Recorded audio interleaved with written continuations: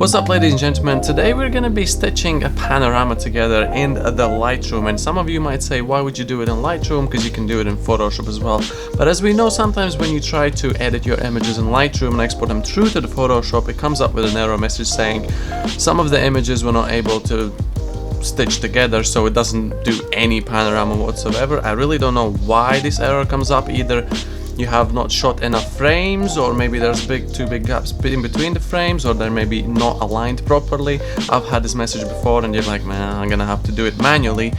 But no, you can go into Adobe Lightroom. So we're gonna go through all these images. I'm gonna do a quick edit so you can see how I edit them as well. I'm gonna bring highlights all the way down on this one, and we're gonna crank up a lot of clarity because of I just like clarity. You should probably know by now that I like clarity, some whites maybe. I really don't want these highlights to be too bright. We might as well bring down the gradual filter and bring some more highlights down, something like this. Didn't make much of a change there, but yeah, it'll be fine. I'm gonna bring up some vibrance as well. We're gonna leave the haze, and I guess it's quite good, I suppose. We'll see how it stacks up for the rest of the images. Select them all. Make sure you have highlighted this one while these all are selected. Go down to the right side, sync settings, and make sure you click synchronize. It should paste all the settings across the board. As you can see, we've copied all the settings across, and I just want to see how. Oh yeah, this is, by the way, the finished product. Yeah, I want to see how. Yeah, you see, this is.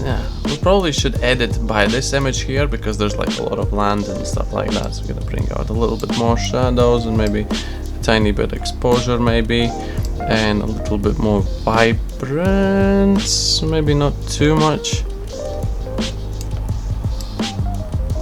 Yeah, I don't want it to be too saturated because I don't want to be too saturated. What else can we crank up? I feel like we're gonna have to do a full gradual filter and bring down the highlights because the sea is definitely gonna be the sky over the sea is gonna be blown out. So select them all. Make sure you've selected the one that you've done an extra adjustment. Go down, sync settings, synchronize settings. And yeah, it did go brighter, and this bit is a little bit brighter. That's fine. Right, so we have edited our images like we want to. We select them, right click. We're gonna do a photo merge panorama. I believe this function should be available for Lightroom CC and some like 2019 and higher, or 2017 or higher options. I think it was added at like 17 or 18, can't really tell. And this is what the panorama looks like. Here you can try to do spherical, cylindrical, or perspective, and kind of, in my sense, there's not too much difference apart from the perspective one, which kind of makes sense because you can kind of see this perspective. I think I'm gonna leave it with the spherical because that's like the auto setting that you get. And you just click merge, and the computer is gonna think for a little bit up here in the corner. I'm gonna merge them up in a single panorama, and then you'll be able to put on an extra adjustments on this panorama once it's finally done. Let's hope it's not gonna take too long. Still doing it. Yeah, I really need this machine has been really good to me, but I need a new one. I definitely need a new one. The new storm is coming. Photo merge error, unable to merge the photos.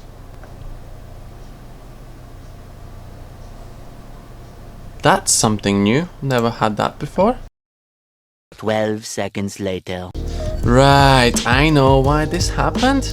Because our drive is almost full. So basically, when Adobe software is opened, it takes up a memory on your hard drive where it's installed, and if that runs low, basically the software goes, we can't do anything, so you need to free up some space. So that's what I'm gonna do right now.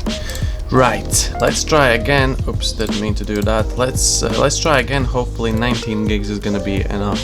So we're just gonna click this, and we're definitely gonna just like fast forward through this. I'm not gonna make you listen all over again about this. And by the way, the new storm's coming. If I didn't mention, the last one was just last weekend.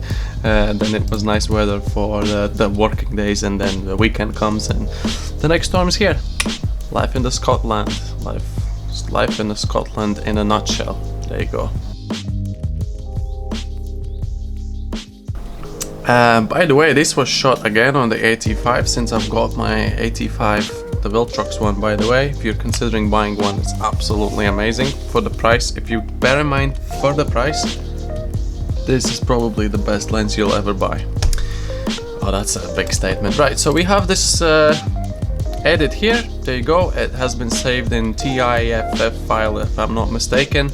So we can go to the develop and kind of crank up some adjustments if we feel like. I feel like it's a bit too dark, so we're gonna bring out shadows and general exposure. Sky is nice, nothing's blown out. Absolutely love to see that. Maybe crank up a bit more clarity, touch of vibrance, I think. Maybe some whites, a bit whiter. Oh, that is just spot on. Without measuring any in particular perspective, I'm just gonna crop off the white bits so you don't see them. Bang on, enter, voila.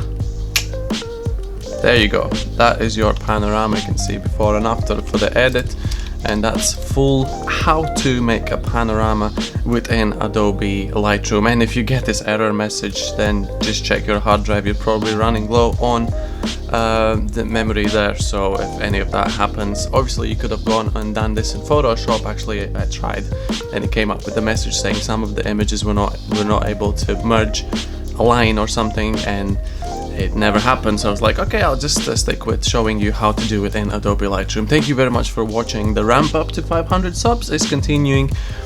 Fingers crossed it's gonna happen before summer or during summer.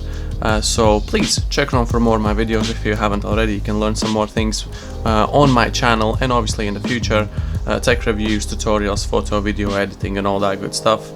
Subscribe if you haven't already, comment down, like this video if you haven't already, and I'll see you guys in the next one.